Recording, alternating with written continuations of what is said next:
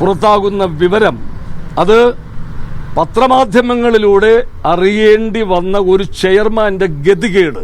മാസം വെറും 10,000 രൂപയാണ് ഓണറേറിയം എന്നുള്ളത് നിങ്ങൾ മനസ്സിലാക്കണം. അത് എത്ര പേർക്ക് അറിയും എന്ന് എനിക്കറിയില്ല. പിറ്റേ ദിവസത്തെ മനോരമയിലും മാതൃഭൂമിയിലും എല്ലാം വലിയ തലക്കെട്ടിൽ വാർത്ത വന്നു. ഇങ്ങനെ പ്രേംകുമാർ ഈ ഒരു വിഷയത്തിൽ അവരെ ഇത് പരിഹരിക്കണമെന്ന് ആവശ്യപ്പെട്ടുകൊണ്ട്, സമരം പരിഹരിക്കണം ആവശ്യപ്പെട്ടുകൊണ്ട് സംസാരിച്ചു. അത് ഒരു വല്ലാത്ത ഒരു ചർച്ചയായി മാറി. അതൊരു ഗവൺമെന്റിനെതിരെ പോലെ ഉള്ള ഒരു വിമർശനം എന്നൊക്കെ രീതിയിൽ അത് വ്യാഖ്യാനിക്കപ്പെട്ടു. അതൊന്നും അതിനെക്കുറിച്ചൊന്നും ഒരു വിശദീകരണവും ആരും എന്നോട് ചോദിച്ചിട്ടില്ല. ഇത് ഏതെങ്കിലും ഒരു പബ്ലിക് പ്ലാറ്റ്ഫോമിൽ പോയിട്ട് ഞാനൊരു മൈക്ക് വെച്ച് കെട്ടി അവരോട് പറഞ്ഞതല്ല. ഇത് വളരെ സൗഹൃദമായ ഒരു സംഭാഷണത്തിനിടയിൽ പറഞ്ഞ കാര്യം ആരോ അത് പത്രത്തിന് കൊടുത്തു. പക്ഷെ എന്ത് തന്നെയായിരുന്നാലും ശരി, പിറ്റേ ദിവസം വാർത്തയായി.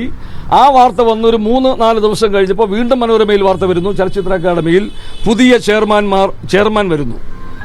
അപ്പോൾ അതൊരു 3-4 പേരുകളുടെ ഒരു ഇത് കാണിച്ചിട്ട് അതിൽ ഇപ്പോൾ വന്ന നിയുക്തനായ ചെയർമാന്റെ പേരുൾപ്പെടെ അത് നിങ്ങളുടെ ഫയലുകളിൽ കാണുമല്ലോ, മനോരമയുടെയൊക്കെ ഫയൽ ഇത് കാണാം.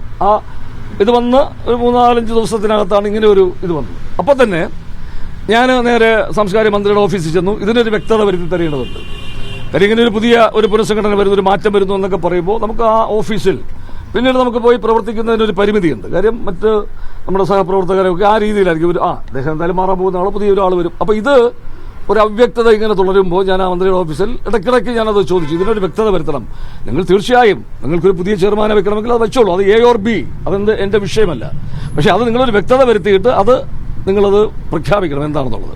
അത് കൃത്യമായിട്ട് പറയുകയും ചെയ്തു. പക്ഷെ അത് അങ്ങനെയൊന്നുമില്ല, അത് വെറും മാധ്യമ വാർത്തകളാണെന്ന് പറഞ്ഞു. ശരി, വീണ്ടും എന്റെ പ്രവർത്തനങ്ങളുമായിട്ട് വളരെ സജീവമായിട്ട് പോകുന്ന സമയത്താണ് ഈ സംസ്ഥാന ചലച്ചിത്ര അവാർഡ് പ്രഖ്യാപിക്കുന്നതിന്റെ തലേദിവസം മാധ്യമങ്ങളിലൂടെ ഞാൻ ഈ വിവരം അറിയുന്നത്. എന്റെ വിഷയം ഇതവിടെ ഒരു കാലാവധി എന്നോ സാങ്കേതികമായിട്ട് അങ്ങനെയൊക്കെ പറയുന്നുണ്ട്, സാങ്കേതികമായ കാലാവധി. പക്ഷെ കാലാവധിയൊക്കെയാണ് ഒരു വിഷയമെങ്കിൽ ഇവിടെ ഇന്നിപ്പോൾ ഉള്ള എല്ലാ അക്കാദമികളും എല്ലാ സാംസ്കാരിക സ്ഥാപനങ്ങളും കാലാവധി തുടരുകയാണ്. കാലാവധി കഴിഞ്ഞിട്ട് എത്രയോ ആയി. അപ്പൊ അതൊക്കെ അവിടെ നിൽക്കുന്നു, അതൊന്നും എന്റെ വിഷയമല്ല. അപ്പൊ മാറ്റിയത് എന്റെ വിഷയമേ അല്ല.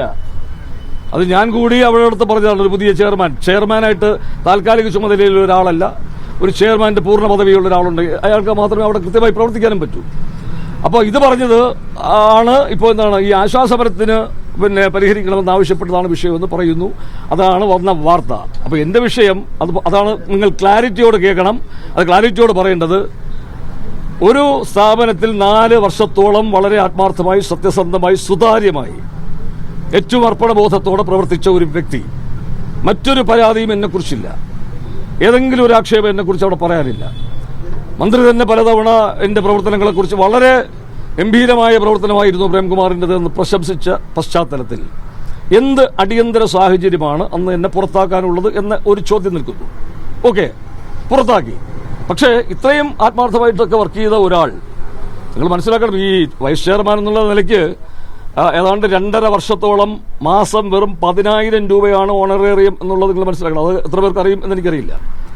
ഒരുപക്ഷെ ഈ ആശാസമരത്തിൽ പങ്കെടുത്തവർക്ക് പോലും ഇത് ഉണ്ടാവുമെന്ന് എനിക്ക് തോന്നുന്നു, ആ ഒരു റെമ്യൂണറേഷൻ പറ്റിക്കൊണ്ട് സിനിമകളധികം അങ്ങനെ ചെയ്യാതെ അത്രയും ആത്മാർത്ഥതയോടെ ചെയ്ത ഒരാൾ.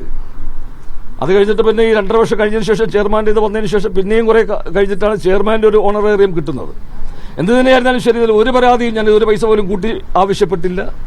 ഇതെല്ലാം കൃത്യമായിട്ട് ചെയ്തു. ഇതിനിടയ്ക്ക് എനിക്ക് ചില സിനിമാ താരം എന്നുള്ള നിലയ്ക്കൊക്കെ ചില ഫംഗ്ഷനൊക്കെ വിളിക്കുമ്പോൾ അവർ നൽകുന്ന പ്രതിഫലം, ഇതൊക്കെയാണ് എൻ്റെ ഒരു വരുമാന മാർഗമായിരുന്നു ആ സമയത്ത്.